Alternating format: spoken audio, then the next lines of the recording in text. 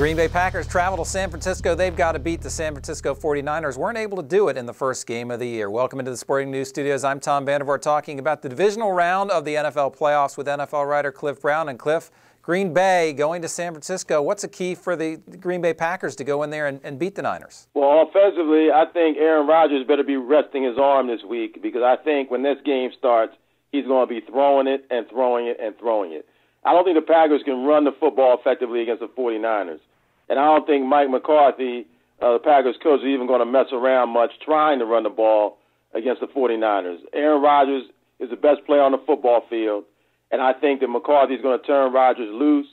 You might see a lot of no huddle right from the start, a lot of spread formations, and I think the Packers figure if they're going to win this football game, Aaron Rodgers and his arm are going to carry him to victory. Yeah, boy, does he have a great release, and he certainly spreads the ball around. How about San Francisco? What are they going to have to do to stop Rodgers and get a win, the second win against this team this year? Well, the 49ers have a scary front seven.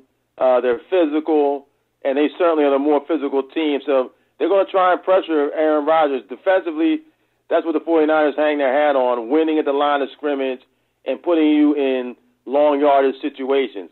Offensively, it's going to be interesting, though, with the 49ers. Colin Kaepernick making his first playoff start, a quarterback who does not have a lot of experience. Dom Capers, the Packers defensive coordinator, I think is going to show Kaepernick a whole lot of looks. He's going to try and confuse him. He's going to try and make him hesitant. And if Kaepernick does not start the game well, he could start to press. If he plays well at the beginning of the game, it'll do a lot for his confidence. So Kaepernick's kind of X factor in the situation. Jim Harbaugh took the gamble, made the quarterback switch. Now we're going to see if it pays off or not. Well, how about Frank Gore? You know, it's interesting with the more inexperienced quarterback. He was a big factor in the first game. How does he play in this game? Gore could be certainly an X factor, Tom, I think, because he's a back capable of racking up some big yards and tough yards. And I think the 49ers are going to try and get Gore off. The better Gore plays, the less pressure on Kaepernick. And then there'll be some plays where if Gore starts getting it going, then Kaepernick can fake it to him and either play action pass or keep the ball and run himself and open up some other things. So, yes, Gore is a key factor in this game for the 49ers.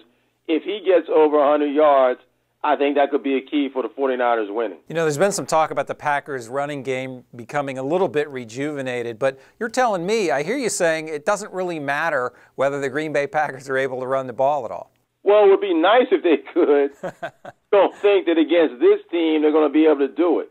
Now, maybe a late game situation, if the Packers had the lead or the game was close, you might see them try and run it to milk some time off the clock. But I really think the only advantage or the major advantage the Packers have in this game is Aaron Rodgers, that he's got to be the guy, he and his receivers, who really attack the 49ers down the field. If this becomes a shootout, then the 49ers offensively may not have enough to keep up with the Packers. But, you know, the Packers are going to have to protect Aaron Rodgers. We've seen games where, you know, the protection with the Packers is broken down, and that affects any quarterback, even Rodgers. All right, last question before I get a prediction from you. You know, we don't talk about the kicking game a lot when we do these matchups, but I look at these two kickers. They've both had problems this year. Does either team have an advantage when it comes to kicking field goals? I think that it might actually play into how this game is called when they get in field goal range. You might see both Mike McCarthy and Jim Harbaugh go for it in situations and maybe not even mess around trying to kick a long field goal.